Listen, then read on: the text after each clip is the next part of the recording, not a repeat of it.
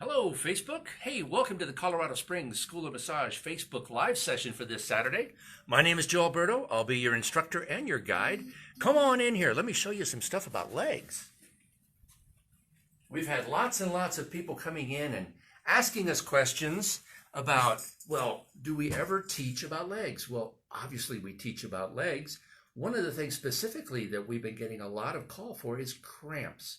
How do we deal with leg cramps? Well, first, let's figure out what's going on in the leg. And so let's take a look at this image right here. We have got, this is the anterior leg. And as you look at it, the patella down here is the kneecap. As we come up the leg, we're coming up to the waist. This is the anterior portion of the sacrum as we look through the body from the front. And look at that. There's muscles on the inner thigh. There's muscles on the front of the thigh. There's muscles on the side of the thigh. And guess what? As we turn you around, looking at the posterior view of the body, we're looking at all kinds of muscles. Here's the lateral part of the leg, the posterior part of the leg with your hamstrings, and then the medial part of the leg, you can see some more of those adductors. And of course, the glute maximus is also involved in leg issues. So we can get cramps. How many of you have had cramps in your hamstrings? Those are pretty bad, and you need to have somebody help you stretch those out, because stretching them out ourselves can be a real pain. Not only the upper leg, but let's look at the posterior. And Joe, I should interrupt you real quick to just say that yes. Sean Ziggy is watching and waving. Hey, Sean, how you doing, buddy? I'm glad you're watching. You could probably learn some of this stuff here. We'll enroll you one of these days and get you into one of our classes. But the posterior lower leg, this is where we have most of our problems. When we get a calf cramp, this is where it's happening. And the top part here is the gastrocnemius. Deep to the gastrocnemius is the soleus muscle, and that is the bulk of the posterior leg. Here's the Achilles tendon that goes down to your heel. We get cramps down here all the time, and there's various different reasons for that. We also have one more part of the leg that we need to look at, and that's the front part of the lower leg. There's the shin bone, that's the tibia, and towards the lateral aspect of it, towards the side, we've got all of these muscles. We've got the fibularis, we've got the tibialis, we've got extensors for the toes. And then over here, piece of the posterior, the gastrocnemius again, and the soleus, so that you can see that these extend around the side of the leg. They're not just on the back side of the leg. So let's talk a little bit about these leg problems that we get. Some of the causes. I mean, why do we get cramps?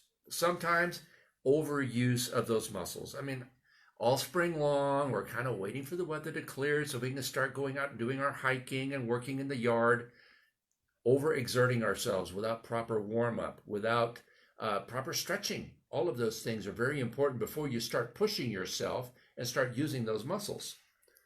Muscle injuries, that's one of the things that comes up and bites you every year. You've got an old injury that's acting up. Sometimes if you're dehydrated, we run around and we don't drink water all day long. Well, guess what? Drinking beer, it's got water in it, but it's not the same. You got to filter out all those things before you can get to the water in your beer or your coffee or your tea. It's a lot of water, right, Joe? Yeah, tons of water, but the wrong kind. Drink plenty of water. Hydrate your body. If you're having cramps, get back to your water, because hydration is important. And Joe, just as an aside, running years ago, I pulled a hamstring when I was running with the Army. Sure. And what it was really got down to not stretching enough. Exactly. Army running is that way. You don't stretch enough in Army running.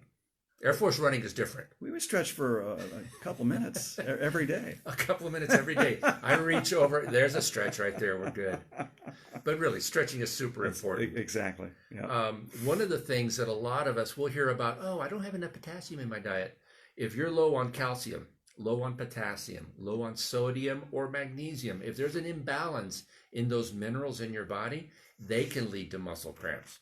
How do you find out if you've got an imbalance in your vitamins and in your minerals? You need to go to your doctor's office. They can do a simple blood test, and you'll be able to figure that out. If that is the source, you got to get that straightened out, because stretches and warm up and hydration won't do any good if you don't have potassium in your body. There can be medical reasons too. I mean, pregnant people, pregnant ladies, they get cramps quite often, and it has to do with their pregnancy. If you have kidney issues, if you have spinal nerve compressions, there's a lot of medical causes, but go see your doctor about those. And before you go see your doctor, I mean, you could go to do some yoga, get into a self-stretch regimen, go to your massage professional. They can help you identify the specific muscles that are malfunctioning and giving you your cramps.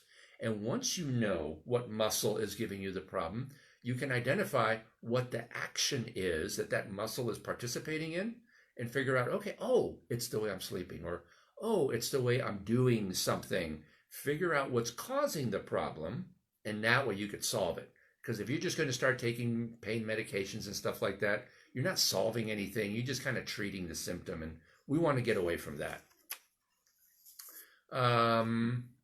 Prevention, warm up. Before you go out there and you start running your brains out, warm your body up. You need to get your circulation going. You need to get your aeration proper, and you need to get those muscles warmed up before you start really tasking them. Don't go running and don't go exercising immediately after a meal. Your body is trying to use its energy to process the foods that are going through your system. Let your body do its job. Once you've digested, then go out and do your exercises. Or exercise before you eat. That's a good way to do it. Make sure you drink plenty. When you're exercising, your body goes through water a lot more. So hydrate while you're exercising, extra than you would normally during the day. And what does the medical community say about hydration? Drink water. Drink water. And drink. 8-ounce glasses of water a day. That's 64 ounces. If you know your math, that's half a gallon of water. It sounds like a lot, but you know what? You put a bottle of Gatorade in my hand and it's gone. And that's half of your water requirements for the day. So make it a point to drink your water. And you have to pay attention to what kind of day it is. It might be a day where the water, where it's really taking it out of you. I know. Those really hot days, you need even more water there because you're going to sweat it all out. In a natural way, by drinking milk, eating bananas, drinking your orange juice, you can resupply your vitamins and minerals in your body. So if you're not doing that, start eating healthier, start drinking properly, and your body will go ahead and put these things together for you.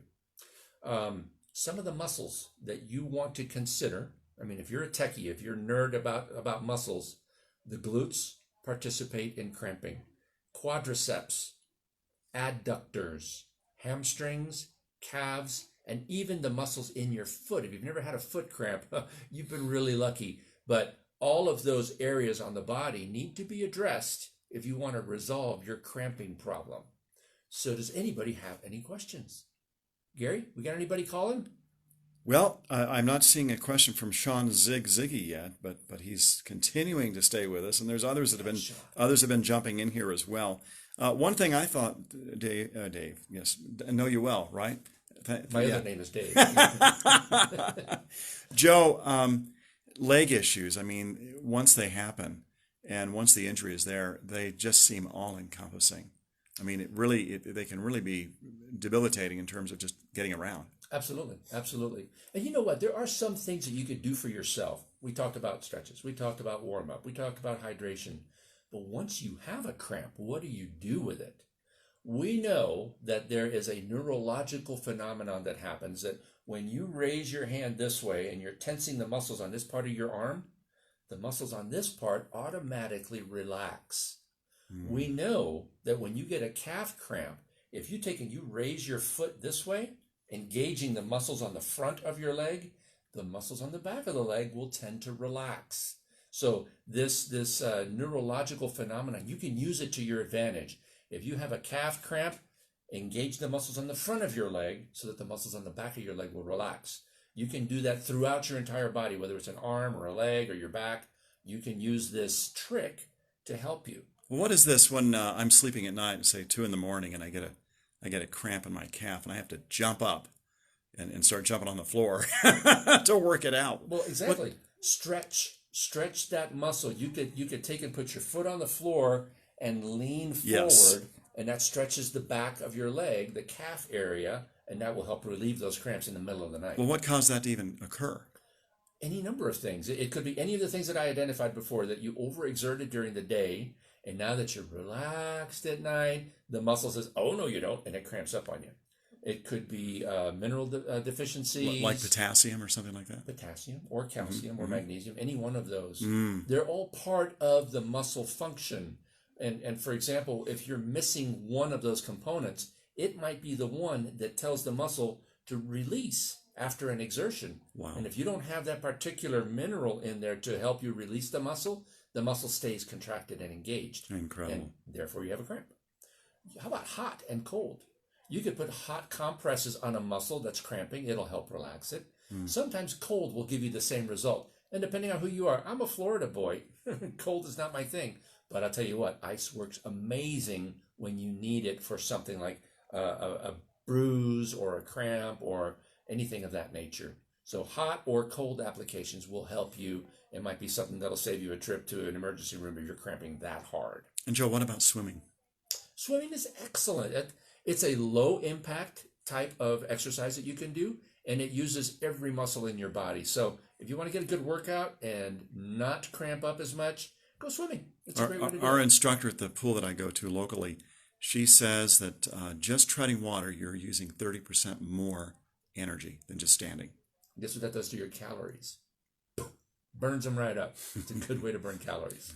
Very cool. Very cool. So we got off to a late start today, so I had to cut it a little bit short, but I am going to invite you to switch channels, go over to Joe's Body Shop and check our Facebook out. We're going to do a Joe's Body Shop live here in about 5 minutes.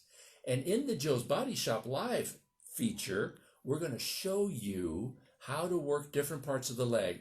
What techniques do we use? How do we do some stretches? I'll show you how to do some stretches for the legs that will help you keep your legs in really good shape, and maybe they won't cramp as much. So, and Joe, as your videographer, what I like about that, it's the practical application of what we've just seen here for CSSM. Ooh, good words. I like that. So we'll teach you about it here at the school one, and then we'll show you how to do it, practical application, at the Joe's Body Shop Live. So until next week, or until 5 minutes from now, have a great day, and we'll see you again soon.